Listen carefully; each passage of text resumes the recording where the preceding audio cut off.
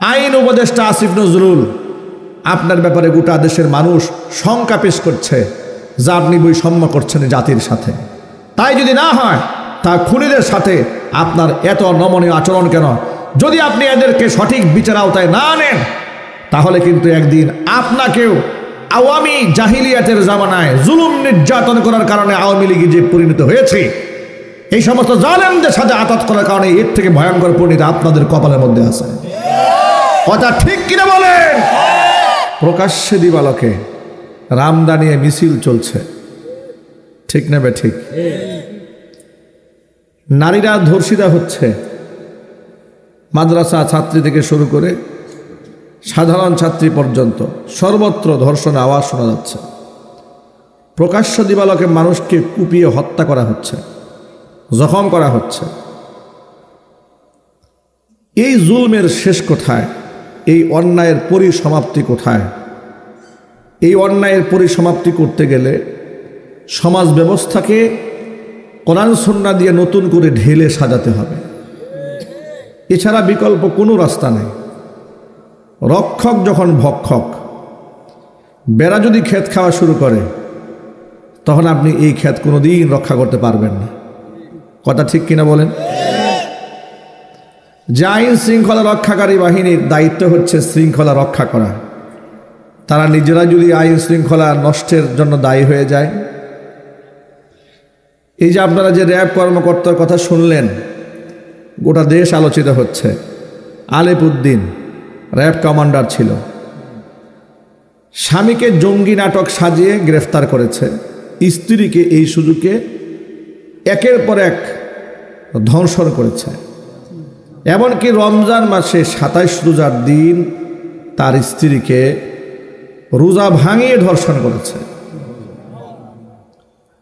আমি অবাক হয়ে গেলাম, এমন একটা নরপিশাচকে গ্রেফতার করার পরেও তার হাতে হ্যান্ডকাপ পর্যন্ত পরানো হয় নাই। এই রাষ্ট্রে আপনি কি আশা করেন? এর মতো নরপিশাচ, আমি তো মনে করি এ ধরনের নরঘাতক এবং নরপিশাচ মানবতার দুশ্মনদের কোনো প্রকারের বিচারে কাঠগড়ায় দাঁড় না করিয়ে ডাইরেক্ট ক্রস ফায়ার দিয়ে শেষ করে দাও। ঠিক কিনা জুড়ে বলেন? অপরাধীরা শাস্তি পাচ্ছে না বলেই অপরাধ দিন দিন বেড়েই চলছে। খুনিদের কোনো সাজা হচ্ছে না বলে খুনের পরিমাণ দিন দিন বাড়তেছে। জুলাই আগস্টের বিপ্লবে যারা গণহত্যা চালিয়েছে তাদের হাতে হ্যান্ডকাপ নাই, জামায় আদরে প্রিজন ভ্যানে আসে, আন্তর্জাতিক অপরাধ ট্রাইব্যুনালে হাজির করা হয়, আবার জামায় আদরে হাসতে হাসতে তাদের কক্ষে তারা চলে যাচ্ছে। এই দৃশ্যগুলো দেখে খুনিরা আরও সাহস পাচ্ছে। কথা ঠিক নেবে ঠিক বলেন?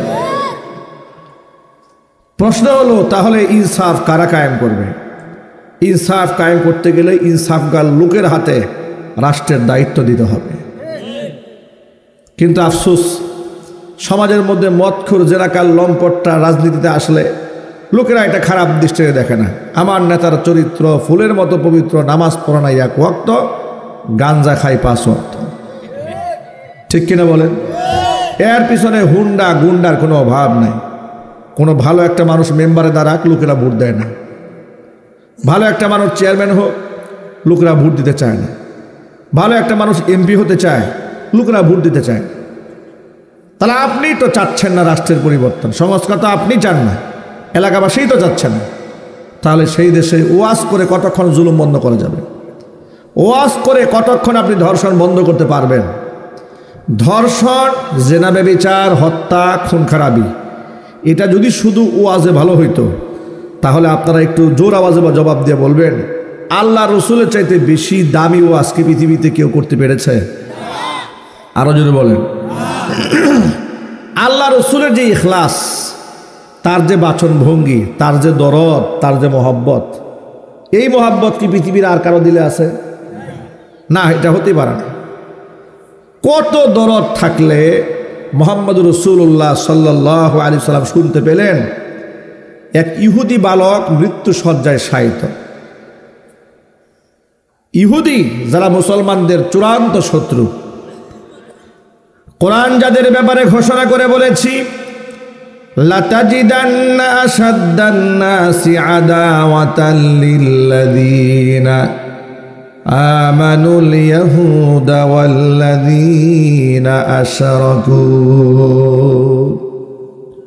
নবীজি, অবশ্য আপনি ইমানদারদের জন্য দুইটা জাতিকে পাবেন চূড়ান্ত দুশমন ইমানদারদের জন্য। তারা একটা জাতি হচ্ছে আল্লাযীনা আল ইয়াহুদা, যারা ইহুদি, তারা হচ্ছে মুসলমানদের ইমানদারদের চূড়ান্ত শত্রু।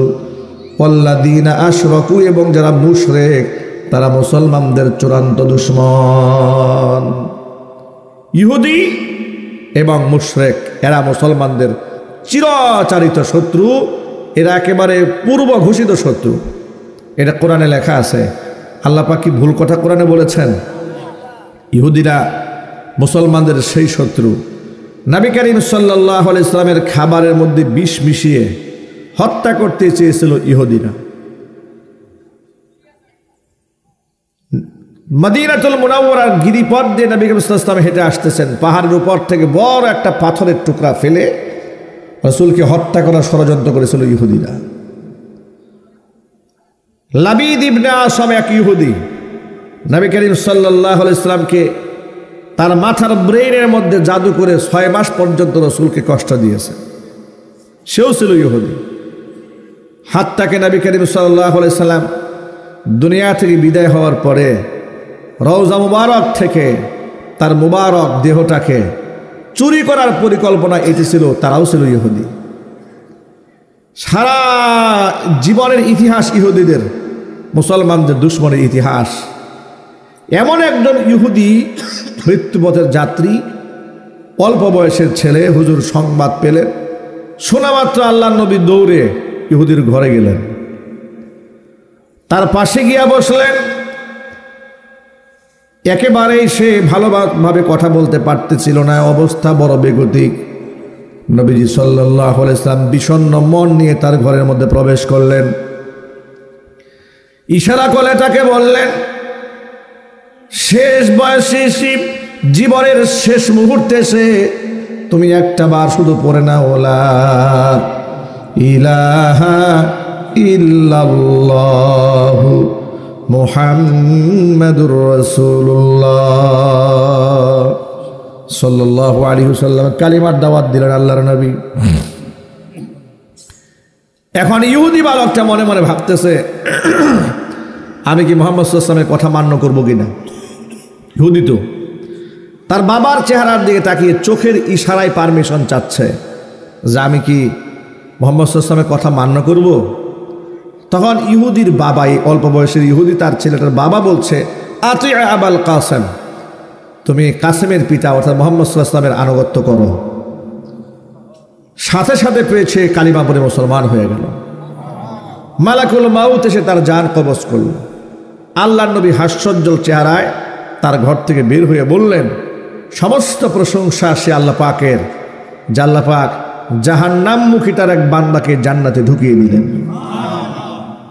ভাবা যায় এই দরদ তো পৃথিবীর কারো হবে না। আমরা যদি দেখি আমাদের শত্রু কেউ রোগে আক্রান্ত হয়েছে কিংবা অ্যাক্সিডেন্ট করেছে, আমরা কি দোয়া করি? তাড়াতাড়ি মরে না কেন, ঠিক কিনা বলেন? এত দরদি মুহাম্মদুর রাসূলুল্লাহ সাল্লাল্লাহু আলাইহি ওয়াসাল্লাম, এত বেশি উদার মন আল্লাহ পাক তাকে দিয়েছিলেন। তার কোমল মনের প্রশংসা করে আল্লাহ বলেছেন, ফাবিমা রাহমাতিম মিনাল্লাহি লিনতা লাহুম ওয়ালাউ কুনতা ফাজ্জান গালিযাল কলবি লানফাদ্দু মিন হাওলিক। নবীজি, মানুষের জন্য যে আপনি এত সুন্দর নরম ব্যবহার করেন, এত কোমল আচরণ আপনি মানুষকে করেন, ফাবিমা রাহমাতিম মিনাল্লাহ, এটা আমি আল্লাহর পক্ষ থেকে রহমত। ওয়ালাউ কুনতা ফাজ্জান গালিযাল কলবি, যদি আপনি রূঢ় আচরণের অধিকারী হতেন, ফাজ্জান, যদি আপনি খিটখিটে স্বভাবের হতেন, কর্কশ মেজাজের হতেন, গালিযাল কলব, আপনার মন যদি শক্ত হতো, কোমল যদি না হতো, লানফাদ্দু মিন হাওলিক, তাহলে যে সাহাবীরা আজকে আপনার জন্য জীবন দেওয়ার জন্য আপনার সামনে ঢাল হয়ে দাঁড়ায়, ঢাল হয়ে না দাঁড়িয়ে সব আপনার থেকে দূরে সরে যেত, এরা আপনার থেকে পালিয়ে বেড়াতো, আপনার কাছে কেউ ঘেঁষত না। কিন্তু আপনাকে আমি এমন অপূর্ব অনুপম আদর্শ আপনাকে দিয়েছি, আপনার শত্রু যদি আপনার কাছে আসে আপনার আচরণ দেখে সে আপনার বন্ধু হয়ে যায়। আর যখন সুবহানাল্লাহ। আল্লাহর নবী সাল্লাল্লাহু আলাইহি ওয়াসাল্লামের সাথে যারা দুশমনি করেছে, দূর থেকে হুজুরকে যারা কাছ থেকে এসে দেখেছে, এর মধ্যে একজন ব্যক্তির নাম হচ্ছে জারির ইবনে আব্দুল্লাহ আল বাজালি। ইয়ামানের বাজাল অঞ্চলের তিনি একটা কওমের প্রধান ছিলেন, গোত্রের প্রধান ছিলেন। জুমার দিন আল্লাহর নবী মসজিদে নববীতে খুতবা দিচ্ছিলেন, এমন সময় রসুলের সাথে সাক্ষাতে এসেছে জারির ইবনে আব্দুল্লাহ আল বাজালি। জুমার দিন তিনি মসজিদে নববীর মধ্যে ঢুকলেন। ঢোকা মাত্র আল্লাহর নবী সাল্লাল্লাহু আলাইহি ওয়াসাল্লাম সাহাবীদেরকে ইশারা করে তাকে মসজিদের মধ্যে বসার জায়গা করে দিলেন। তিনি একজন অমুসলিম খ্রিস্টান ধর্মাবলম্বী, সেখানে বসে বসে সাহাবীদের অবস্থা পর্যবেক্ষণ করতেছিলেন। জুমার দিন যখন খুতবা চলে তখন কি কেউ কথা বলতে পারে? কথা বলেন ভাই, কথা বলা যায় না? কথা বলা যায় না। তো সাহাবায়ে কেরাম তো কথা বলতেছিলেন না, কিন্তু চোখের ইশারায় একজন আরেকজনকে দেখিয়ে দিচ্ছিলেন জারির ইবনে আব্দুল্লাহ আল বাজালির দিকে। জারির ইবনে আব্দুল্লাহ আল বাজালি তিনি মনে মনে একটু আনইজি ফিল করলেন, একটু বিচলিত হলেন যে ব্যাপারটা কি, তারা আমাকে চিনে না জানে না, কিন্তু চোখ দিয়ে আমাকে ইশারা মারতেছে বারবার। নামাজ শেষ হল, সালাম ফিরাবার পরে আব্দুল্লাহ জারির ইবনে আব্দুল্লাহ আল বাজালি একজন সাহাবীকে জিজ্ঞেস করলেন, কি ব্যাপার, আপনাদের আচরণে মনে হয় আপনারা আমাকে চেনেন, কিন্তু না আমি আপনাকে চিনি না আপনারা আমাকে চেনেন, কারণটা কি, চোখ দিয়ে ইশারা মারলেন কেন? সাহাবায়ে কেরাম বললেন, আপনি এই মজলিসে আসার আগে নবীজি সাল্লাল্লাহু আলাইহি ওয়াসাল্লাম মিম্বারে দাঁড়িয়ে আপনার প্রশংসা করেছেন। জারির ইবনে আব্দুল্লাহ আল বাজালি বলেন, আমি অমুসলিম গোত্র প্রধান, আর আমার কোনো ক্ষমতাও ওই সময় ছিল না মুহাম্মদ সাল্লাল্লাহু আলাইহি ওয়াসাল্লামের ক্ষমতার সামনে। যে কোনো মুহূর্তে সে আমাকে বন্দি করে ধরে নিয়ে আসতে পারে, সেই ক্ষমতা তার আছে। এতটুকু উদার মন যার হয়, এটা স্বাভাবিক মনের মানুষ হতে পারে না। আমি খুব কাছে গিয়ে তার পাশে বসলাম, বসার পরে তিনি আমাকে তাওহীদের দাওয়াত দিলেন, আমি কোনো প্রশ্ন করলাম না, সাথে সাথে কালিমা পড়ে মুসলমান হয়ে গিয়েছি। এইরকম উদার মন পৃথিবীর আর কারো হবে না? এত উদার মন হয় না। আমাদের মন উদার হবে দূরে কথা, এত বেশি সংকীর্ণ মনা আমরা। কিসের পীর আর কিসের দরবেশ, কিসের আলেম, এত বেশি সংকীর্ণ মনা বর্তমানে যে নিজের গ্রুপের লোক ছাড়া অন্য গ্রুপের লোকদেরকে মাসলার ইখতিলাফ থাকলে ভিন্ন মতের আলেম হলে তাদেরকে তো মানুষই মনে করে না, আলেম তো দূরের কথা। কথা ঠিক নেবে ঠিক? কিছু কিছু আলেম এরকম আছে যে উনি তো কওমি মাদ্রাসার, তার মধ্যে ইলিম কালাম নাই। আবার কিছু কিছু থাকে তো আলিয়াতে পড়ছে, আলিয়া খালিয়া, কিচ্ছু নাই এগুলোর ভিতরে, জেহালাত, মূর্খতা। মানে কপালে কপালে গুতা লাগে, একজন আরেকজনকে সালাম দেয় না। এত হিংসা জিঘাংসা নিয়ে মানুষ চলে কেমনে? কথা ঠিক নেবে ঠিক বলেন? আজীব তামাশা। এক পীরের মুরিদ আরেক পীরের মুরকে সহ্য করতে পারে না, উভয় একসাথে নামাজে দাঁড়াইছে, নামাজ শেষ, একজন আরেকজনের চেহারার দিকে চাচ্ছে না। পাবলিকের কথা কি বলবেন? বাস্তব অর্থ স্টেজে দুই বক্তা ওয়াজে আসছে, এক বক্তা স্টেজ থেকে ওয়াজ করে নেমে যাচ্ছে, আরেক বক্তা স্টেজে আসলেন। এমন হতে পারে এই বক্তার সাথে তার জীবনের প্রথম দেখা কিংবা শেষ দেখা। এরকম আচরণ দেখেছি যে একজন আরেকজনের দিকে ফিরেও তাকায় না, মুসাফা করে না, মুআনাকা করে না। সৌজন্য বোধ বলতে একটা কথা আছে, ঠিক না ভাই? মনে রাখবেন, শুধু ওয়াজে মানুষ হেদায়েত হয় না, মুআমালাত, মুআশারাত। নবী করিম সাল্লাল্লাহু আলাইহি ওয়াসাল্লামের শুধু ওয়াজে মানুষ হেদায়েত পেয়েছে তা নয়, তার চাল চলন, উঠা বসা, বক্তব্য দেখেও অসংখ্য কাফের কালিমা পড়ে মুসলমান হয়ে গিয়েছে। আর আমাদের চাল চলন দেখলে কাফেররা মুসলমান হবে দূরের কথা, মুসলমানরা মুরতাদ হয়ে যাওয়ার সম্ভাবনা বেশি। ঠিক কিনা যদি বলেন? মনের মধ্যে কোনো জায়গা নাই, আসাবিয়াতে ভরা, হিংসা বিদ্বেষে ভরপুর। ভাইরা আমার, তাহলে আল্লাহর নবী সাল্লাল্লাহু আলাইহি ওয়াসাল্লামের চাইতে শ্রেষ্ঠ দায়ী আর দরদি মানুষ পৃথিবীতে আর হবে না। সেই নবীজি সাল্লাল্লাহু আলাইহি ওয়াসাল্লাম সমাজের অন্যায়কে নির্মূল করার জন্য শুধু ওয়াজ নসিহত করেন নাই, মাঝে মাঝে মানুষদেরকে শাস্তির আওতায় এনেছেন। ঠিক কিনা বলেন? জিনা ব্যভিচার দেশ থেকে দূর করার জন্য জিনার ভয়াবহ শাস্তি। অবিবাহিত হলে 100 দূররা মারতে হবে প্রকাশ্যে, ছেলেকেও মারতে হবে, মেয়েকেও মারতে হবে, বিধান দিয়েছেন স্বয়ং আল্লাহ সুবহানাহু ওয়া তাআলা। আর যদি বিবাহিত হয় তাহলে তাকে কবর পর্যন্ত মাটির মধ্যে দাবিয়ে দিয়ে চতুর্পাশ থেকে 500 প্রস্তর আঘাত করে তাকে দুনিয়া থেকে বিদায় করে দেওয়া হবে। বিধান দিয়েছে কে? আরো চিৎকার দিয়ে বলেন। এই বিধানগুলো সমাজের মধ্যে রসুলের জামানায় কার্যকর করা হয়েছে। করার পরে কি হয়েছে শোনেন, সমাজে ধর্ষক খুঁজে পাওয়া যায় নাই। আর এখন ধর্ষকদের কাঙ্ক্ষিত মানের কোনো শাস্তি না হওয়ার কারণে গণধর্ষণ চলছে। গণধর্ষণ 3 দিন আগে দেখেছি একটি মেয়েকে 5-10 জনে মিলে ধর্ষণ করে রাস্তায় কুকুরের মতো ফেলে রেখে চলে গেছে। ভিডিও ফুটেজ পাওয়া যাচ্ছে। ধরা খুব কঠিন জিনিস নয়। এদেশে এনএসআই আছে, ডিজিএফআই আছে, ডিবি আছে, কত গোয়েন্দা সংস্থা আছে।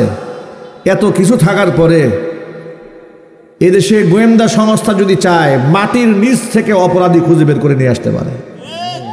কথা ঠিক কিনা যদি বলেন? মাঝে মাঝে আপনারা বিভিন্ন প্রতিবেদন আপনারা দেখেন না, হত্যাকারীকে কিভাবে খুঁজে খুঁজে বের করে অনুসন্ধান করে কোথাকার কোন আলামত সেই 2-3 বছর আগে মারা গেছে, পিবিআই তদন্তে কিভাবে কিভাবে খুঁজে বের করে নিয়ে আসা আসল অপরাধীকে। এটা যদি আপনারা এইভাবে খুঁজতে পারেন, আজকে চোখের সামনে যারা এই জিনা ব্যভিচার করছে, ধর্ষণ করছে, এগুলো ভিডিও করছে, অনলাইনে ছড়িয়ে দিচ্ছে, এদেরকে ধরা কি সরকারের জন্য খুব কঠিন কাজ? এটা জোর আওয়াজে বলেন ভাই, খুব কঠিন কাজ? এটা একেবারে সহজ কাজ, কিন্তু করা হচ্ছে না। কেন করা হচ্ছে না? ভাইরা আমার, জিনার শাস্তি মৃত্যুদণ্ড। অবিবাহিত হলে প্রকাশ্য দিবালকে 100 করে ব্যত্রাঘাত করতে হবে, এটা আল্লাহর আইন। চুরি করলে হাত কেটে দেওয়া হবে, এটা আল্লাহর আইন। নবীজি সাল্লাল্লাহু আলাইহি ওয়াসাল্লামের কাছে এক মহিলা চোরের ব্যাপারে বিচার আসছিল। নবীজি সাল্লাল্লাহু আলাইহি ওয়াসাল্লাম সব সাক্ষ্য প্রমাণ মিলে শোনার পরে তিনি মহিলার হাত কাটার নির্দেশ দিলেন। সাহাবীদের মধ্যে গুঞ্জন শুরু হয়ে গেল, মহিলার হাতটা না কেটে যদি একটু শাস্তিকে লঘু করে দেওয়া যায়, হালকা বানাইয়া দেওয়া যায় তাহলে ভালো হয়। কেন? সে সম্ভ্রান্ত বংশের মহিলা, সম্ভ্রান্ত নারী চুরি করেছে, একটু শাস্তি যদি কমায় টমায় দেওয়া যায়। কিন্তু এই কথাটা রসুলের কাছে যে বলবে এই সাহস কেউ পাচ্ছে না। তারা সাহাবীরা পরামর্শ করলেন যে এই প্রস্তাবটা হুজুরের কাছে কে নিয়ে যাবেন। চিন্তা ভাবনা করে দেখলেন উসামা ইবনে জায়েদ রাদিয়াল্লাহু তাআলা আনহু, নবী করিম সাল্লাল্লাহু আলাইহি ওয়াসাল্লামের পালক পুত্রের ছেলে উসামা হুজুরের নাতি হয়। তো উসামাকে রসুল খুব ভালোবাসতেন, তার উপাধি ছিল হিব্বু রাসূলিল্লাহি সাল্লাল্লাহু আলাইহি ওয়াসাল্লাম। সবাই মিলে ভাবলেন যেহেতু উসামা ইবনে জায়েদ আছে, উসামার কাছে গিয়ে যদি প্রস্তাবটা দিই, উসামা রসুলের কাছে নিয়ে গেল, তাহলে হুজুর একটু রাগ হবে না। উসামা ইবনে জায়েদের কাছে সাহাবীরা প্রস্তাব দিলে, সাহাবায়ে কেরাম তাদের এই রেখে যাওয়া প্রস্তাবটা উসামা ইবনে জায়েদ রসুলের কাছে নিয়ে পেশ করলেন। আল্লাহর নবী শোনা মাত্র রাগে খুবে গুসায় বললেন, শোনো, তোমাদের এই আচরণ যা তোমরা চেয়েছো, সম্ভ্রান্ত ব্যক্তি থেকে শাস্তি লঘু করে দাও শাস্তিকে, এই কাজগুলো তোমাদের পূর্ববর্তী লোকেরা করেছে। সম্ভ্রান্ত ব্যক্তি, প্রভাব প্রতিপত্তিশীল ব্যক্তি, তাদের কেস থেকে শাস্তি কমিয়ে রেখেছে, কিন্তু যারা অসহায় সমাজের গরিব এদের উপর শাস্তি চাপিয়ে দিয়েছে, যার দরুন তারা ধ্বংস হয়ে গেছে। মনে রেখো, আজকে যদি এই জায়গায় আমার মেয়ে মুহাম্মদ সাল্লাল্লাহু আলাইহি ওয়াসাল্লামের মেয়ে ফাতেমাও যদি চুরি করতো, লাকাতাতু ইয়াদাহা, আমি মুহাম্মদ সাল্লাল্লাহু আলাইহি ওয়াসাল্লাম ফাতেমার হাতটাও কেটে দিতাম। চিল্লা করে আল্লাহু আকবার। সেই জাহিলি যুগের বৈষম্য আজও আমাদের সমাজে আছে। প্রভাব প্রতিপত্তিশীল ব্যক্তিরা যদি চুরি ডাকাতি জিনা বদমাশি করে, তাদেরকে শাস্তি দেওয়া হয় না। কথা ঠিক কিনা জোরে বলেন? তার সবচেয়ে বড় প্রমাণ আপনাদের কাছে দেই। জুলাই আগস্টে যারা ছাত্র জনতার উপরে গণহত্যা চালিয়েছে, এই খুনিগুলাকে আদালতে উঠানো হয়, হাতের মধ্যে হ্যান্ডকাপও বানানো হয় না। কি দাম, কি সম্মান তাদের! তাদের নাকি আপনার জেলখানার মধ্যে ডিভিশন দিয়ে রাখা হয়েছে, আলাদা সুযোগ সুবিধা দিয়ে। আমার প্রশ্ন হচ্ছে, খুনিরা কি ডিভিশনে থাকবে নাকি? কথা বলেন আপনারা। খুনিরা কোন গাড়ি ডিভিশন পাবে? আপনি যদি বলেন তারা এমপি ছিল, মন্ত্রী ছিল, এখন আপনারা বলেন 18 নির্বাচনে যে নির্বাচন হয়েছে, এটা কি স্বচ্ছ নির্বাচন হয়েছিল? চিল্লাই বলেন। 14তে হয়েছে, এটা সঠিক নির্বাচন হয়েছিল? এরপর 24-এ যেটা হলো, সঠিক নির্বাচন হয়েছে? কোনোটা তো সঠিক হয়নি। তাহলে ভুয়া নির্বাচনের ভুয়া এমপিদের জন্য আবার ডিভিশন হয় কেমনে? প্রত্যেকটা জুতা পিটা করা উচিত, ঠিক কিনা বলেন? খুনের আসামি হাতে হ্যান্ডকাপ নাই, পায়ে ডান্ডা বেরিয়ে নাই, অথচ এখনো পর্যন্ত বিভিন্ন মিথ্যা মামলায় জেলখানায় থাকা আলেম ওলামা এখনো তাদেরকে কারাগার থেকে যখন হাজিরায় আনা হয়, আমরা দেখি পায়ের মধ্যে ডান্ডা বেরি পরিয়ে নিয়ে আসছে। আলেমদের হাতে এখনো হ্যান্ডকাপ থাকে, পায়ে ডান্ডা বেরি থাকে, আর জালেমদের হাতে হ্যান্ডকাপ নাই, পায়ে ডান্ডা বেরি নাই। এই দেশে আপনি কি আশা করতে পারেন? আমরা স্বরাষ্ট্র উপদেষ্টার দৃষ্টি আকর্ষণ করছি, ইতিমধ্যে আপনার বিতর্কিত আচরণ গোটা জাতি আপনার ব্যাপারে হতাশ হয়ে যাচ্ছে। কথা বলতে হবে, ঠিক কিনা? আইন উপদেষ্টা আসিফ নজরুল আপনার ব্যাপারে গোটা দেশের মানুষ শঙ্কা পেশ করছে, যা আপনি বৈষম্য করছেন জাতির সাথে। তাই যদি না হয়, তা খুনিদের সাথে আপনার এত নমনীয় আচরণ কেন? যদি আপনি এদেরকে সঠিক বিচার আওতায় না আনেন, তাহলে কিন্তু একদিন আপনাকেও আওয়ামী জাহিলিয়াতের জামানায় জুলুম নির্যাতন করার কারণে আওয়ামী লীগে যে পরিণত হয়েছে, এই সমস্ত জালেমদের সাথে আঘাত করার কারণে এর থেকে ভয়ঙ্কর পরিণতি আপনাদের কপালের মধ্যে আছে। কথা ঠিক কিনা বলেন? ইসলাম শুধুমাত্র নামাজ রোজার কথা বলে নাই। ইসলাম যেমন নামাজ রোজার কথা বলেছে, চুরি করলে হাত কাটার কথা বলে দিয়েছে, জিনা করলে পাথর মেরে হত্যা করার নির্দেশ দিয়েছে। এমন যদি কোনো মানুষ যদি কেউ হত্যা করে, বিনিময়ে তাকে হত্যার নির্দেশ দিয়েছেন স্বয়ং আল্লাহ রাব্বুল আলামিন।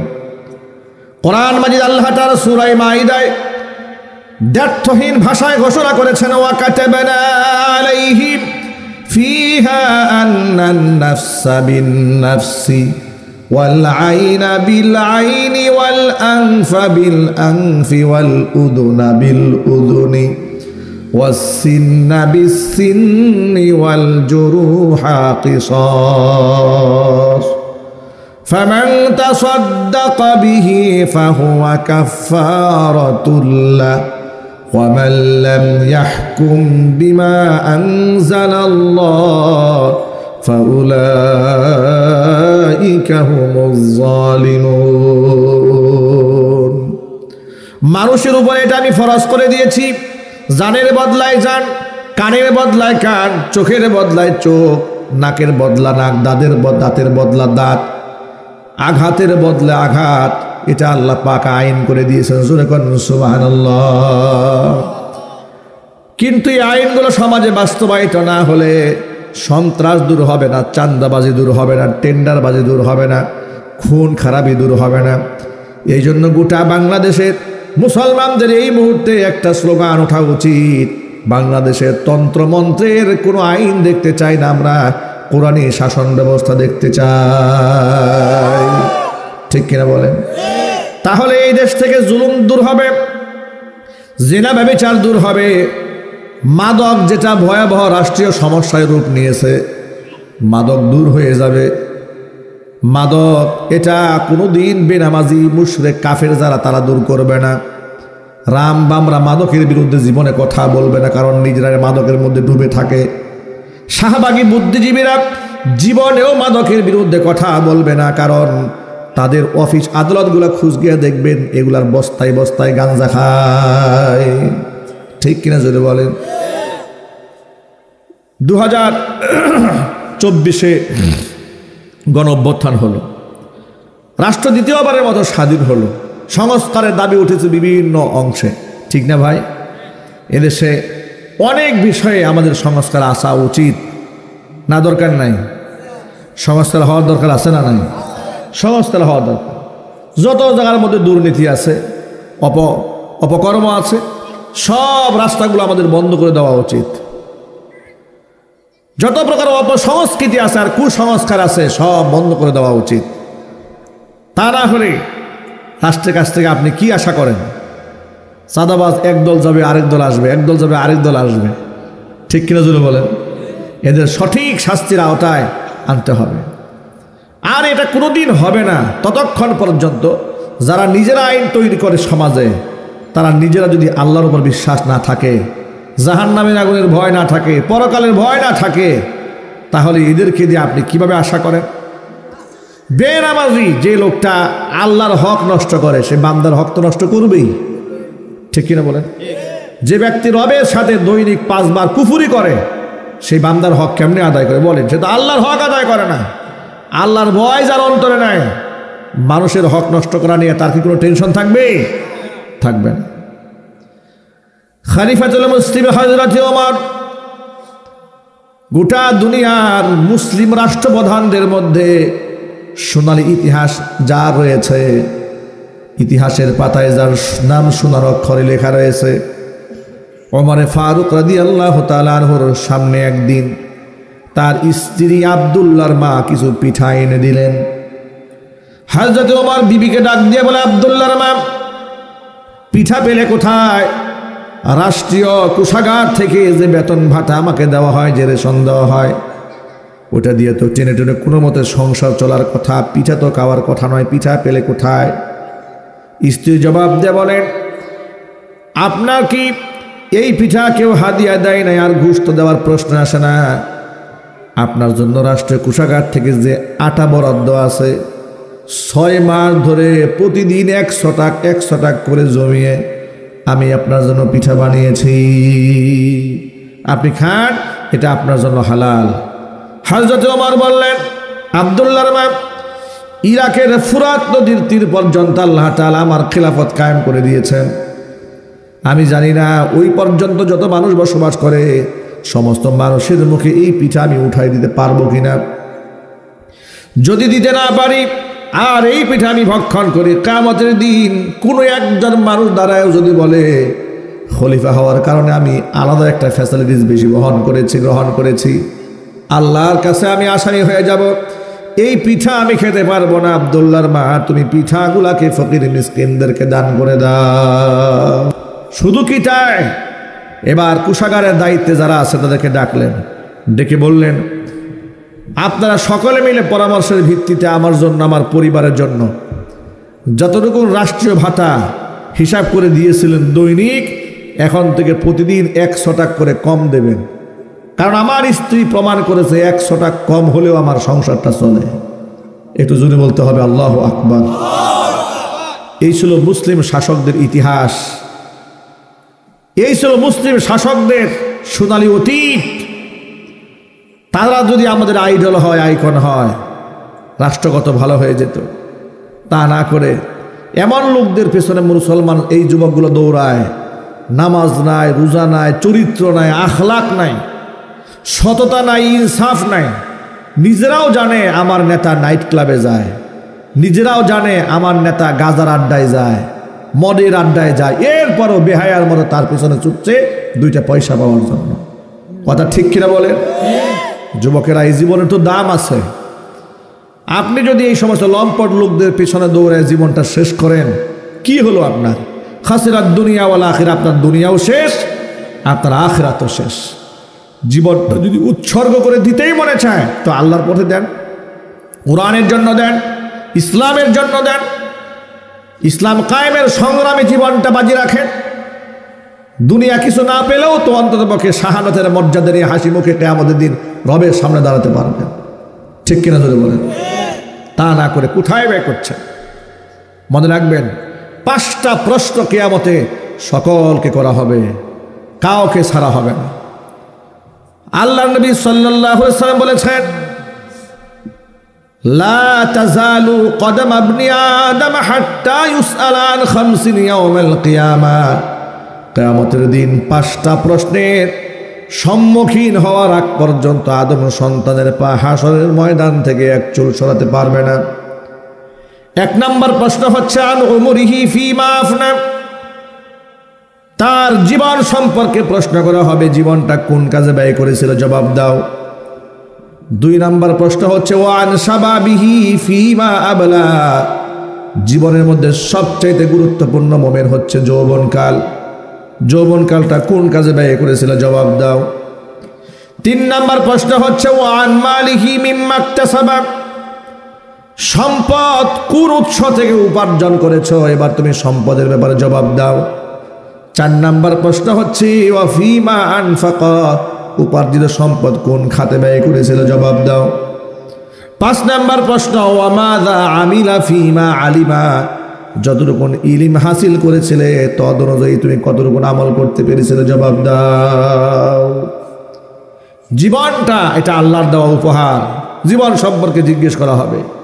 যৌবনকাল, এই যে শক্তি, আজকে আমাদের সামনে মুরব্বী বাবারা বসে আছেন, তারা দৈহিক দিক থেকে আমাদের চাইতে আরো বেশি শক্তিশালী ছিলেন, ঠিক না? বয়সের ভারে আজকে তারা নুয়ে গেছেন, তারা এখন জোরে হাঁটতে পারেন না, জোরে কথা বলতে পারেন না। আমরাও কিন্তু আল্লাহ যদি আমাদের হায়াত দারাজ করে, আমরাও বয়সের ভারে একদিন নুয়ে যাব। এই যৌবন চিরদিন থাকবে না।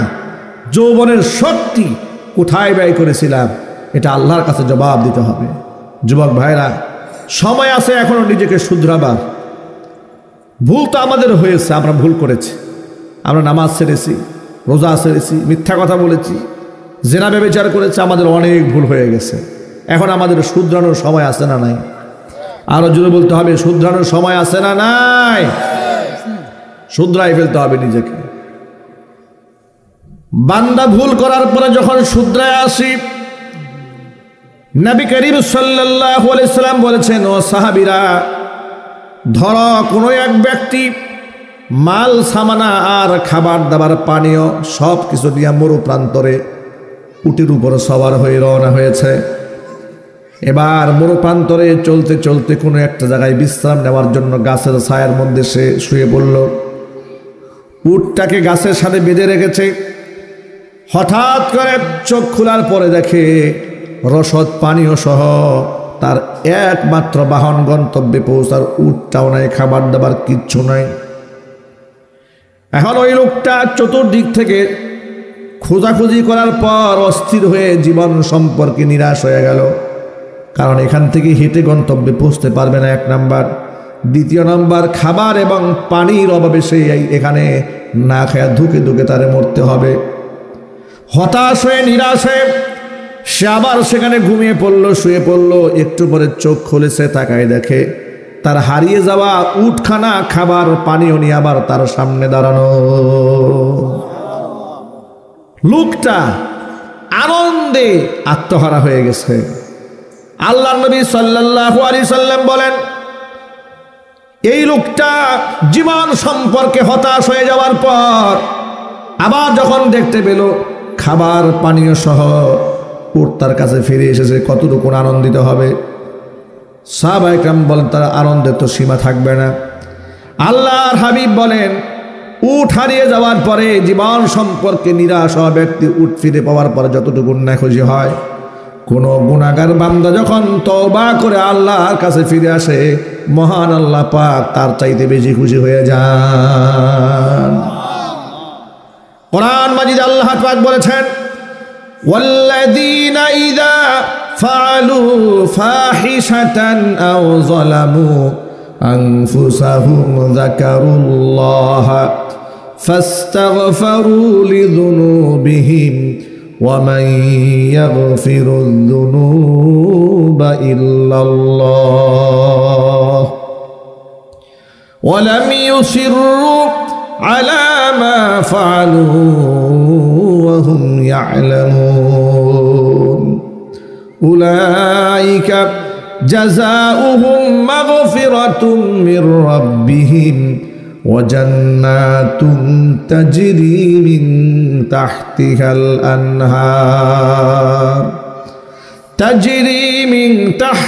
الأنهار خالدين فيها ونعم أجر العاملين।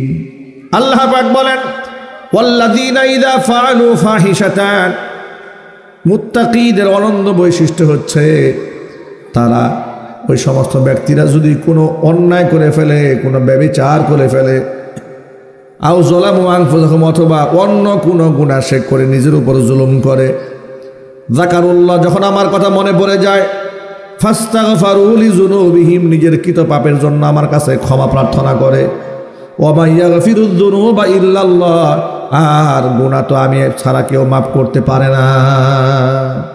আল্লাহ ছাড়া কেউ মানুষের গুনাহ ক্ষমা করতে পারেন? কোন পীর সাহেব পারে? কোন ইমাম সাহেব? কোন আলেম সাহেব? আল্লাহ ছাড়া গুনাহ মাফ করার শক্তি ক্ষমতা কারো আছে? আয়াত নাজিল হওয়ার প্রেক্ষাপটটা বলি আপনাদের কাছে। শানে নজুলটা হচ্ছে দুই ধরনের। শানে নজুল মুফাসসিরিন কিরাম তাফসিরে লিখেছেন। একটা শানে নজুল হচ্ছে মাদিনাতুল মুনাওয়ারা রাসূলের জামানায় এক খেজুরের দোকানদার, আত্তাজিরুত তাম্মার, খেজুরের দোকানদার খেজুর বিক্রি করে। সেখানে এক সুন্দরী মহিলা এসেছে তার কাছ থেকে খেজুর কেনার জন্য। সুন্দরী মহিলাকে দেখে তার মনের মধ্যে ধাক্কা লেগেছে। কি বলেন? সুন্দরী মহিলা নজরে পড়লে অন্তরে ধাক্কা লাগে না? লাগে। তো লাগার পরে সে শয়তানে ধোঁকায় পড়ে গেল। সে মহিলাটিকে ডেকে বলে যে আমার দোকানের সামনে যে খেজুরগুলো দেখতে পাচ্ছেন, আমার ঘরে যে খেজুরগুলো আছে এগুলো আরও অনেক উন্নত, আপনি ঘরে আসেন। এই কথা বলে মহিলাকে ঘরে টেনে নিয়েছে। ঘরে নিয়ে তার হাতের মধ্যে চুম্বন করেছে। হাতের মধ্যে চুম্বন করার পর থেকে তিনি অনুশোচনায় ভুগতে শুরু করলেন যে কাজটা তো আমি গুনাহ করে ফেললাম, আমি তো পাপ করে ফেলেছি, পরনারীকে স্পর্শ করেছি, চুম্বন করেছি। তিনি খুব অনুতপ্ত হলেন, লজ্জিত হলেন। নবী করিম সাল্লাল্লাহু আলাইহি ওয়াসাল্লামের কাছে আসলেন, হুজুরের কাছে সব খোলামেলা বললেন। আসমানে সিদ্ধান্তের অপেক্ষায় রাসূল থাকলেন। জিবরিল মারফত আল্লাহ পাক জানাই দিলেন, গুনাহ করার পরে এইভাবে যারা অনুতপ্ত হয় আমি আল্লাহ পাক ওদেরকে মাফ করে দিই। এই হচ্ছে একটি ঘটনা। আরেকটি ঘটনা আছে একটু লম্বা। সেই ঘটনা হচ্ছে নবী করিম সাল্লাল্লাহু আলাইহি ওয়াসাল্লাম হিজরত করে মক্কা ছেড়ে মদিনায় যাওয়ার পরে এক সাহাবী আরেক সাহাবীর সাথে ভাই ভাই সম্পর্ক বানিয়ে দিয়েছিলেন। মুহাজিরের সাথে আনসারি, আনসারের সাথে মুহাজির, আবার মদিনাতেই এক গোত্রের সাথে আরেক গোত্রের বন্ধন বাঁধিয়ে দিয়েছিলেন। এর কারণ হচ্ছে একসাথে যদি সবাই জিহাদে চলে যায় পুরুষরা, তাহলে বাড়িঘরগুলো পুরুষ শূন্য হয়ে যাবে না? মহিলা নিরাপত্তাহীনতায় ভুগবে। এই জন্য সেখানে বাই রোটেশন ভাগ করলেন। একদল জিহাদে যাবে, একদল বাড়ি থাকবে। নবী করিম সাল্লাল্লাহু আলাইহি ওয়াসাল্লাম এই পদ্ধতি অবলম্বন করলেন। সেখানে এক আনসারি সাহাবীর সাথে সাকিফ গোত্রের এক সাহাবীর সাথে হুজুর দুজনে ভাই ভাই বানিয়ে দিলেন। সাকাফিয়ান এই সাহাবী তিনি জিহাদে গেলেন হুজুরের সাথে, রাসূলের সাথে। আনসারি সাহাবী বাড়ির দায়িত্ব গ্রহণ করলেন। বাড়ির জন্য বাজার করে তরিতরকারি কিনে, খাবার দাবার কিনে তিনি এই আনসারি সাহাবী সাকাফিয়ান যে সাহাবী তার বাড়িতে গেলেন। গিয়ে দেখলেন তার স্ত্রী গোসল করে কাপড় নাড়তেছে। এই দৃশ্য তিনি পিছন দিক থেকে দেখতে পেলেন। নারীদেরকে যতগুলো গুণ নারীদের প্রতি মানুষকে আকৃষ্ট করে, এর মধ্যে চুলের সৌন্দর্যতা একটা উল্লেখযোগ্য একটা বিষয়, ঠিক কিনা বলেন? এই চুল দেখে আনসারি সাহাবী ধোঁকায় পড়েছে। সে একেবারে এই মহিলার কাছে এসেছে। হাদিসের বর্ণনার মধ্যে এসছে যে হাত ধরে হাতের মধ্যে চুম্বন দিয়েছে।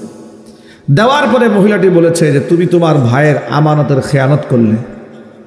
এতটুকুন কথা যখন সে বলেছে মহিলাটি, সে এত বেশি লজ্জিত হয়েছে, শরম পেয়েছে। সে ঘর থেকে বের হয়ে পাহাড়ের চূড়ায় গিয়ে সেজদায় পড়ে কান্নায় ভেঙে পড়েছে। এত জোরে জোরে চিৎকার করে তিনি কান্না করতেছিলেন, তার খাবার দাবার সব বন্ধ হয়ে গেল। এদিক থেকে নবী করিম সাল্লাল্লাহু আলাইহি ওয়াসাল্লাম জিহাদ থেকে ফিরে এলেন। ওই আনসারি সাহাবী, ওই সাকাফিয়ান, তিনিও বাড়ি আসলেন। স্ত্রীর কাছ থেকে বিবরণ শুনতে পেলেন যে উনি তো এই অবস্থায় পাহাড়ের গোড়ায় গিয়ে চিৎকার মারছে। পাহাড়ে সেখানে গিয়ে আনসারি সাহাবী সাকাফিয়ান আনসারিকে উঠাইছেন যে এত কান্না করছো, চলো আমরা আবু বকরের কাছে যাই, দেখি এর কোনো সুরাহা হয় নাকি। আবু বকর সিদ্দিক রাদিয়াল্লাহু তাআলা আনহুর কাছে যাওয়ার পরে ঘটনার বিবরণ খুলে বললেন। আবু বকর সিদ্দিক রাদিয়াল্লাহু তাআলা আনহু সব কিছু শোনার পরে বললেন, তুমি তোমার ভাইয়ের আমানতের খেয়ানত করেছ, তোমার কি ফয়সালা হবে এটা আমি আবু বকর সিদ্দিক কিচ্ছু বলতে পারবো না। আবু বকরের কাছ থেকে তিনি হতাশ হয়ে গেলেন, বের হয়ে আসলেন, চলে গেলেন উমরের কাছে। সমস্ত ঘটনার বিবরণ খুলে বললেন। খুলে বলার পরে হযরত উমর তিনি একই কথা বললেন, ভাইয়ের আমানতের খেয়ানত করেছ, কিচ্ছু বলতে পারবো না আমি। ভয়ে ভয়ে সর্বশেষ হাজির হয়ে গেলেন বিশ্বনবী মুহাম্মদ রাসূলুল্লাহ সাল্লাল্লাহু আলাইহি ওয়াসাল্লামের দরবারে। যাওয়ার পরে রাসূলের কাছে গোটা ঘটনা বিবরণ খুলে বললেন।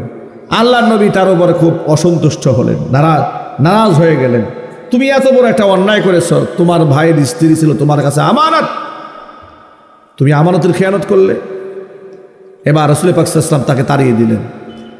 এই লোকটা তিনটে জায়গা থেকে নিরাশ হয়ে এবার আবার সেই পাহাড়ে চড়াই গেছে। আল্লাহকে ডেকে বলে, আল্লাহ তুমি ছাড়া তো আমার আর কেউ নাই, সবাই আমাকে নিরাশ করে দিয়েছে, সবাই আমাকে তাড়িয়ে দিয়েছে, আল্লাহ তুমি ছাড়া আমার যাওয়ার কোনো জায়গা নাই। এত বেশি কান্না করলেন, জিবরিল মারফত আল্লাহ পাক আয়াত নাজিল করে বললেন, হে জিবরাইল আমার দুস্তরে গিয়া বলো, যারা গুনাহ করার পরে অনুশোচনায় ভুগে এইভাবে কান্না করে, আমি আল্লাহর পক্ষ থেকে তাদের জন্য রয়েছে ক্ষমা এবং জান্নাতের সুসংবাদ। ঘটনা থেকে আমি আপনাদের কাছে সবক, এই কথাই তাজকিরা করতে চাই। এই নসিহতটা আমার জন্য, আপনাদের জন্য, সকলের জন্য। যা আমরা এখানে যারা এসছি, আমাদের প্রত্যেকের আমলনামার মধ্যে গুনাহ আছে, কথা বলতে হবে না? নাই? সগীরা কবিরা জাহিরি বাতিনি, ইচ্ছায় অনিচ্ছায় গুনাহ আছে না ভাই? গুনাহ করার পরে আমরা যদি আল্লাহর কাছে মাপ চাই, আল্লাহ পাক আমাদেরকে বেগুনাহ মাসুম বানায় দেবেন। আল্লাহ অনেক খুশি হন বান্দা যখন আল্লাহর কাছে ক্ষমা প্রার্থনা করে। মুসলিম শরীফের একটা হাদিসের মধ্যে এসছে, তোমরা যদি কোনো গুনাহ নাই করতে, আল্লাহ রাসূল বলেছেন, তাহলে তোমাদের আল্লাহ দুনিয়া থেকে মিটিয়ে দিয়ে এমন এক জাতি নিয়ে আসতেন যারা গুনাহ করত আবার আল্লাহর কাছে কান্নাকাটি করত। সুবহানাল্লাহ। এই আল্লাহর কাছে কান্নাকাটি করা, ক্ষমা প্রার্থনা করা, ভিক্ষা চাওয়া, এটা আল্লাহর কাছে খুব প্রিয় আমল। এই আমলটা আমরা করবো না ইনশাল্লাহ? আজকে থেকে তওবা করলাম খাস নিয়তে, জীবনে কোনোদিন আর এক ওয়াক্ত নামাজ আমরা কাজা করবো না, বলেন ইনশাআল্লাহ। জীবনে ফরজ রোজা কোনোদিন কাজা করবো না, ফরজ পর্দা কোনোদিন লঙ্ঘন করবো না, চুরি ডাকাতি জিনা বদমাশি কোনোদিন করবো না। আল্লাহ যেন আমাদের তওবাকে মঞ্জুর করে নেন, জোরে কোন আমিন। তিনটা কাজে বিলম্ব করা যাবে না। হযরত আলী কাররামাল্লাহু ওয়াজহাকে আল্লাহ নবী ডেকে বললেন, ইয়া আলী সালাসুন লা তুআখিরহা, তিনটা কাজে বিলম্ব করবে না। এক নাম্বার হচ্ছে as-সালাতু ইযা আনাত, নামাজের ওয়াক্ত হয়ে গেলে নামাজ আদায় বিলম্ব করবে না। এ কথা ভাববে না মাত্র ওয়াক্ত শুরু হয়েছে, লম্বা টাইম আছে, আদায় করার পরে আদায় করে নেব, ওই চিন্তা করবে না, তাহলে কিন্তু শয়তান নামাজ কাজা করাই দেবে। দুই নাম্বার ওয়াল জানাজাতু ইযা হাদারাত, জানাজা হাজির হয়ে গেলে জানাজা পড়াতেও বিলম্ব করবে না। আমাদের দেশে একটা ভুল সংস্কৃতি চালু হয়ে গেছে, লাশ সামনে রেখে একের পর এক রাজনীতির ভাষণ, আছে না নাই? শুধু কাপাসিয়াতে মনে হয় এরকম হয় না, লাশ সামনে রেখে নেতাকর্মীদের এই যে ভাষণ শুরু হয়। আবার কিছু কিছু নেতাকর্মীরা মানুষদেরকে নসিহত করে, আর বাবা সবার কাছ থেকে তো মানুষ নসিহত শুনতে চায় না, ঠিক কিনা বলেন? আচ্ছা, বেনামাজের কাছ থেকে নামাজের নসিহত কেউ শুনবে? চোরের কাছ থেকে দুর্নীতির বিরুদ্ধে, দুর্নীতিবাজের কাছ থেকে দুর্নীতির বিরুদ্ধে নসিহত পাবলিক খাবে না? খাবে না। উনি জানাজার নামাজে দাঁড়াইয়া এই সেই ভাষণ দেওয়া শুরু করেছে, ওখানে গিয়ে রাজনীতি করতেছে, বলতেছে যে দেখেন এখান থেকে আমাদের শিক্ষা গ্রহণ করা উচিত, আমরাও একদিন চলে যাব, আমাদের ভুলগুলো শুধরানো দরকার, নামাজ কালাম পড়া উচিত। এই কথা বললে উনি পরের দিন নামাজটা পড়ে না, আর উনি নামাজ না পড়ে আসছে। কথা ঠিক নেবে, ঠিক বলেন? এই জন্য সবার কাছ থেকে মানুষ নসিহত শুনতে চায় না। সুতরাং হযরত আলী কাররামাল্লাহু ওয়াজহাকে রাসূল বললেন, ওয়াল জানাজাতু ইযা হাদারাত, জানাজা হাজির হয়ে গেলে এখানে বিলম্ব করা যাবে না। তিন নাম্বার ওয়াল আইয়িমু ইযা ওয়াজাদতা লাহা কুফুআন, বিবাহ উপযুক্ত মেয়ের জন্য যোগ্য পাত্র যদি পেয়ে যাও, তাহলে অবশ্যই বিবাহ দেওয়ার ক্ষেত্রে বিলম্ব করা যাবে না। আমাদের সমাজে একটা ট্রেডিশন চালু হয়েছে ছেলের বাবাও সহজে ছেলেকে বিবাহ করাতে চায় না, মেয়ের বাবাও সহজে মেয়েকে বিবাহ দিতে চায় না। অপেক্ষা অপেক্ষা কি করতে হবে? ক্যারিয়ার করতে হবে, ক্যারিয়ার করতে হবে। ক্যারিয়ার করতে করতে ক্যারেক্টারের 12টা বাজাই ফেলছে। যার ধরুন অবৈধ প্রেম, বাল্য প্রেম, এরপরে পার্কে, সিনেমা থিয়েটারে, বিভিন্ন জায়গায় নোংরামি বেহায়াপনা, এগুলো আছে না নাই? আরও জোরে বলতে হবে। এগুলো সৃষ্টির পেছনে বড় কারণ সঠিক সময় বাবা মা এদের বিবাহ দেয়নি। ইউনিভার্সিটিতে একটা মেয়ে চলে গেছে, মেয়েটার বয়স 20 থেকে 22 বছর হয়ে গেছে, যৌবনের সময় পেরিয়ে যাচ্ছে না, পেরিয়ে যাচ্ছে। শয়তান কি বসে থাকবে? না, শয়তান তাকে ধোঁকায় ফেলে দেবে। আর আমাদের রাষ্ট্র ব্যবস্থাটা এটাও সংস্কার হওয়া উচিত। বিবাহের জন্য টাইম বেঁধে দিয়েছে। 18 বছর আগে মেয়েকে বিবাহ দেওয়া যাবে না, 21 বছর আগে ছেলে বিবাহ করতে পারবে না, কিন্তু 18 বছরের নিচে উনি 40টা প্রেম করে ফেলছে। বাল্য বিবাহ নিয়ে আইনের কোনো শেষ নাই, কিন্তু বাল্য প্রেম নিয়ে কোনো আইন নাই দেশে। একটু জোরে বলতে হবে, ঠিক কিনা বলেন? বাল্য প্রেম নিয়ে আইন হওয়া দরকার আছে না? কঠোর আইন হওয়া দরকার, কঠোর আইন হওয়া দরকার। তাহলে চরিত্র ঠিক থাকবে, আখলাক ঠিক থাকবে। কিন্তু কথাগুলো কে বলবে? এই ব্যাপারে দেখি আলেমরা খুব একটা কথা বলতে চায় না। এই যে 18 বছর নিয়ে 18 বছর যে আইন বেঁধে দেওয়া হয়েছে, এটা নিয়ে বাংলাদেশের দায়িত্বশীল আলেমদেরকেও দেখি কখনো কোনো ওয়াজে, কোনো সভায়, কোনো সেমিনারে, মঞ্চে কোনো কথাই বলে না। সবাই কেমন যেন ভয় পেয়ে গেছে, সবাই কেমন যেন চুপসে গেছে, যে মান সমতা না যা, যে ব্যক্তি চুপ থাকে সেই নিরাপদ। কথা বলতে গিয়ে কে শত্রু হয়, কে বন্ধু হয়, সুবিধা সব সুবিধা ভোগ করা শুরু করে দিয়েছে।